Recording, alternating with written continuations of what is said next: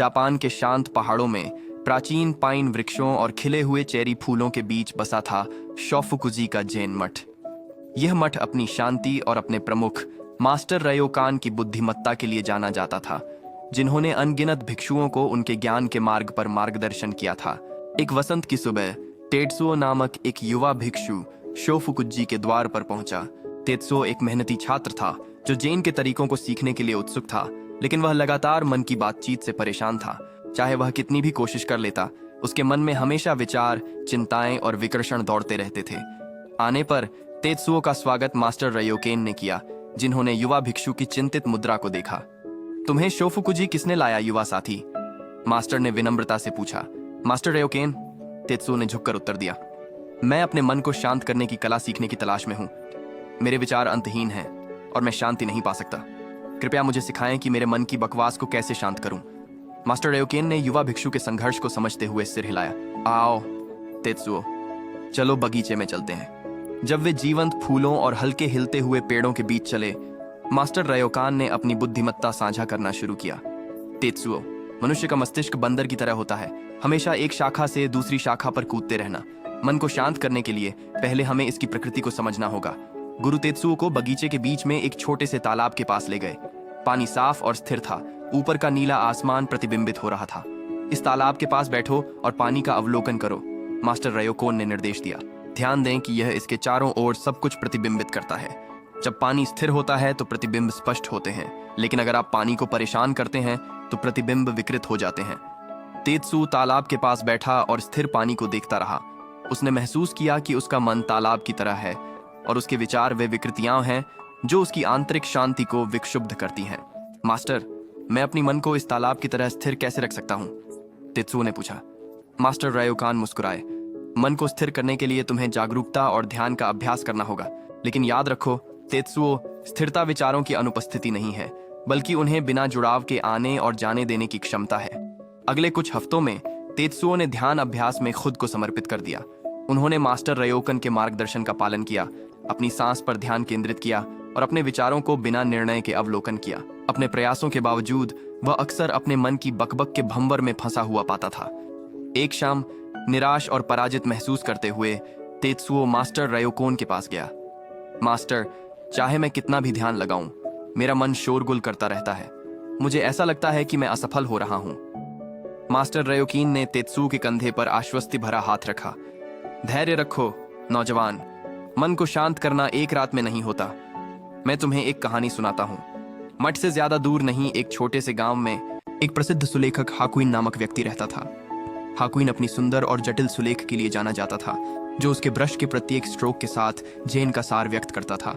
हालांकि उनकी प्रसिद्धि के बावजूद हाकुइन अपने मन की लगातार बातचीत से बहुत परेशान थे।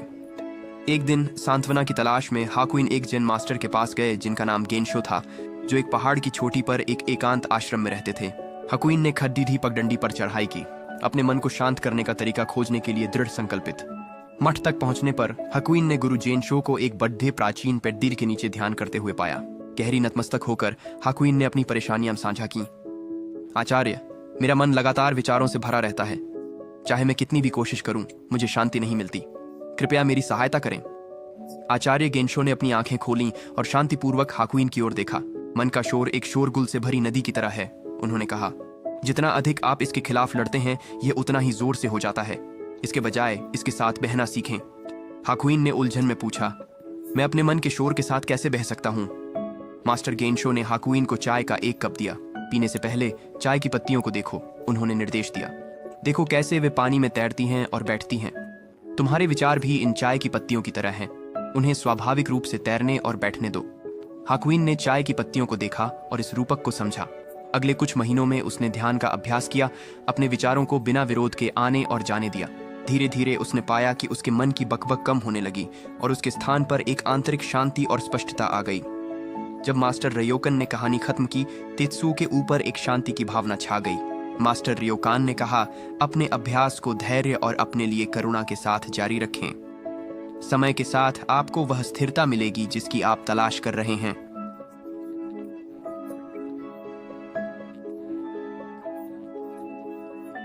टेत्सुओ ने नई दृढ़ संकल्प के साथ अपने ध्यान अभ्यास को फिर से शुरू किया।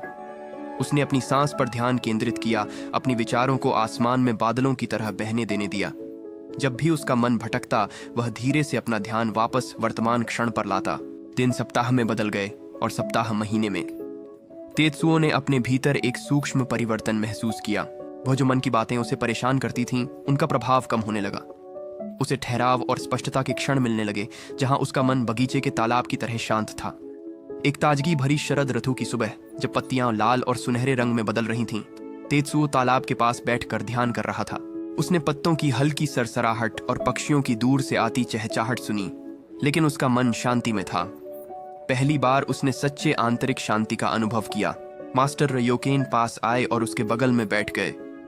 तुमने अच्छा किया है तेत्सुओ, याद रखो, शांति की यात्रा चलती रहती है। अपने और दूसरों के लिए सजगता और करुणा का विकास जारी रखो। तेत्सुओ ने गहरी झुककर प्रणाम किया। गुरु के प्रति दिल में आभार। धन्यवाद गुरुजी, आपकी मार्गदर्शन ने मेरी जिंदगी बदल दी है। साल बीत गए और तेत्सुओ एक सम्मानित जैन मास्टर बन गए, जो दूसरों को शांति के मार्ग पर मार्गदर्शन कर रहे थे। वह अक्सर मास्टर रयोका से सीखे गए पाठ और सुलेखक हाकुइन की कहानी को याद किया करते थे। उनकी शिक्षाएं दूर दूर तक फैलाईं, जिससे अनेकों लोगों को उनके मन की अफरा तफरी में शांति पाने में मदद मिली। एक दिन हारू नामक एक युवा भिक्षु शुफुकुजी पहुंचा, मार्गदर्शन की तलाश में। हारू तेत्सुओ की तरह लगातार मन की चटर-पटर से जूझ रहा था। वह मास्टर तेत्सुओ के पास आया, जिन्होंने उसे एक गर्म मुस्कान के साथ स्वागत किया। मास्टर तेत्सुओ, हारू ने शुरुआत की, मेरे विचार मुझे परेशान कर रहे हैं, मैं कैसे शांति पा सकता हूँ? तेत्सुओ ने हारू को उसी तालाब की ओर ले गए जहां उन्होंने कभी सांत्वना पाई थी। इस तालाब के पास बैठो और पानी को देखो, उन्होंने निर्देश दिया। अपनी सोच को सतह पर तरंगों की तरह आने और जाने दो। जब हारू ने अपने गुरु के निर्देशों का पालन किया, तेत्सुओ ने उन वर्षों में प्राप्त की गई ज्ञान को साझा किया। उन्होंने समझाया कि मन की गपशप हमारे अस्तित्व का एक स्वाभाविक हिस्सा है, लेकिन हमारे पास इस पर प्रतिक्रिया करने का तरीका चुनने की शक्ति है। सजगता और ध्यान के माध्यम से हम अव्यक्त शांति की स्थिति को विकसित कर सकते हैं।